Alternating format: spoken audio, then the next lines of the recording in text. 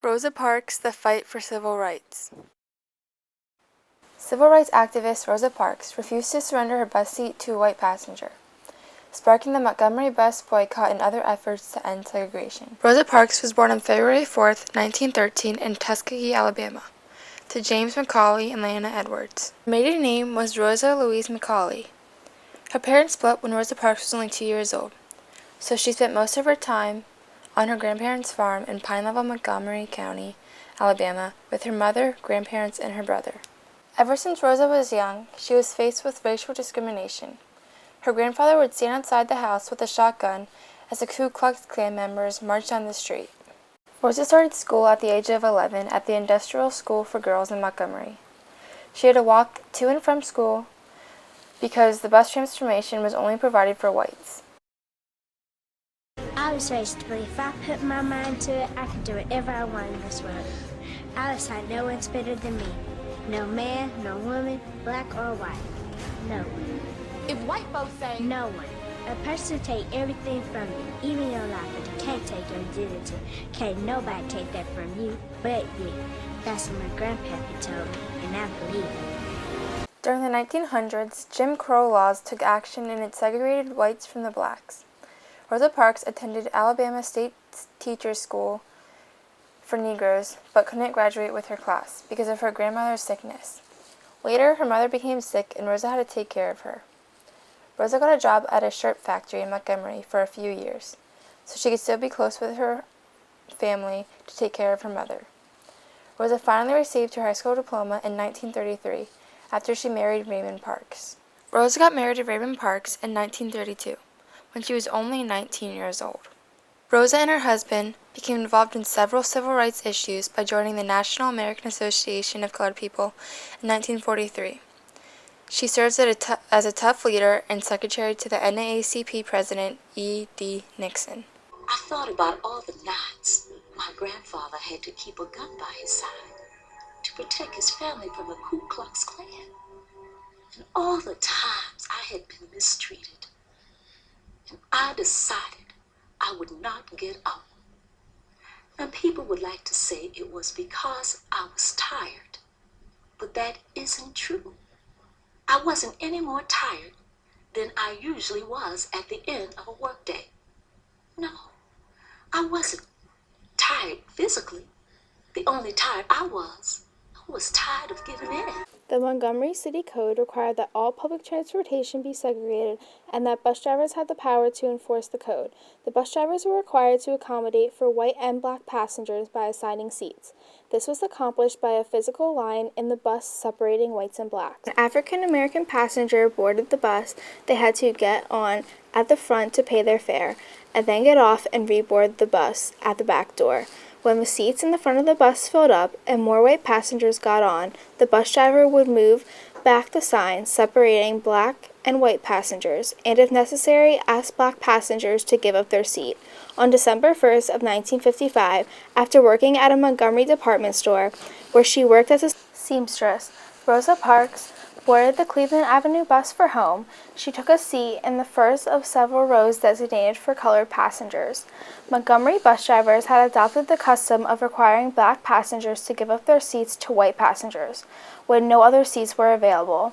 If the black passengers protested, the bus driver had the authority to refuse service and could call the police. The bus continued on its regular route and was full of whites, and the driver noticed that several white passengers were standing in the aisle. He stopped the bus and moved the sign separating the two sections back one row and asked 4 black passengers to give up their seats. 3 complained, but Rosa refused and remained seated. The bus driver demanded, "Why don't you stand up?" To which Rosa replied, "I don't think I should have to stand up."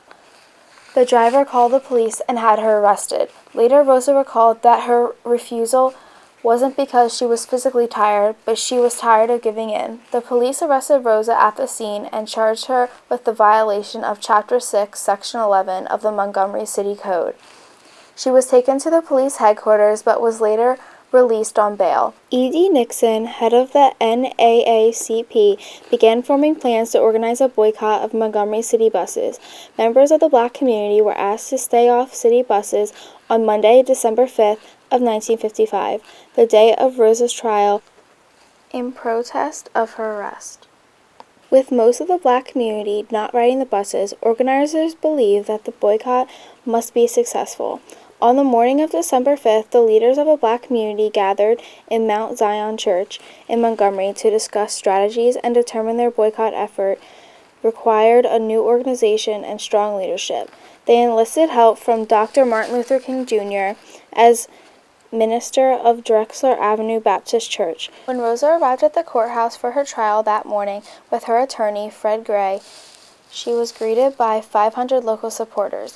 Following the 30-minute hearing, Rosa was found guilty of violating a local ordinance and fined $10 as well as a $4 court fee.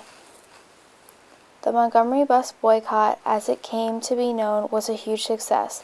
The city's buses were empty, some people carpooled and others rode in black-operated cabs, but most commuted by way of foot.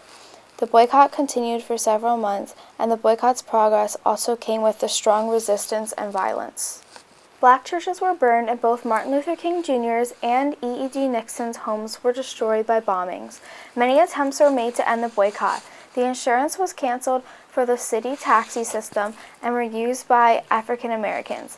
Black citizens were arrested for violating laws prohibiting boycotts, so members of the African American community took legal action.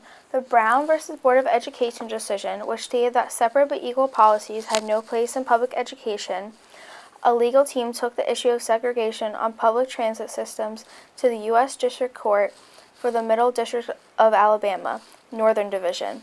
Rosa's attorney, Fred Gray, filed the suit. In June 1956, the district court declared racial segregation laws, also known as the Jim Crow laws, unconstitutional. Rosa Parks was a symbol of the civil rights movement, but also suffered hardship in the months following her arrest in Montgomery and the boycott. She lost her department store, and her husband was fired after his boss forbade him to talk about his wife or their court case. Rosa and her husband, along with Rosa's mother, were unable to find work in Montgomery, so they moved to Detroit, Michigan. There, Rosa worked as a secretary and receptionist in the U.S. Representative John Conyers' congressional office. She also served on the board of Planned Parenthood Federation of America. Rosa Parks founded the Rosa and Raymond Parks Institute for Self-Development after Raymond Parks died in 1977. Every summer, the Institute sponsors a program for teenagers called Pathway to Freedom. The teenagers learn the history of the United States and the Civil Rights Movement. Rosa Parks received the Presidential Medal of Freedom Award from President Clinton in 1996. She also received the Congressional Gold Medal in 1999. Rosa Parks spent her last few years of living quietly in Detroit. She died on October 24, 2005 at the age of 92. Her casket was laid in the rotunda of the United States Capitol for 2 days. This gave the nation a chance to pay her respect to Rosa Parks because of her and her hard work and effort that changed the lives of many people. Rosa Parks is the only woman and second African American in American history to lie in the state at the Capitol. Ladies and gentlemen, it's a great honor to present the 1993 Essence Award to someone who in many ways made it possible for all of us to have an evening as dignified as this, Miss Rosa Parks.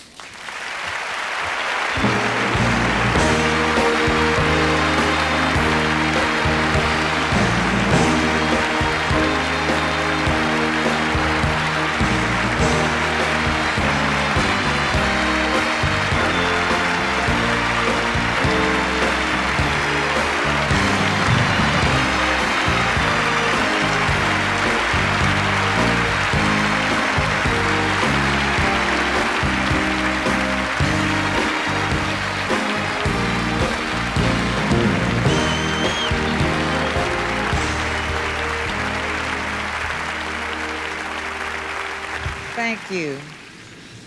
This is a wonderful evening. It's a long way from the suffering that we endured in Alabama. But for some reason, I had the faith and I prayed that we would one day not have to be insulted, mistreated, and sometimes physically hurt and often killed because we just wanted to be free people.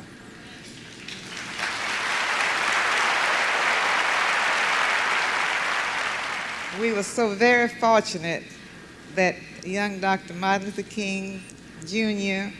came on the scene at that time, and that he, along with so many others, helped to make our protests the success that it was. We will never go back to where we once were. And I just say this is a wonderful night, and I shall never forget it. It shall live in my memory as long as I'm here. Thank you.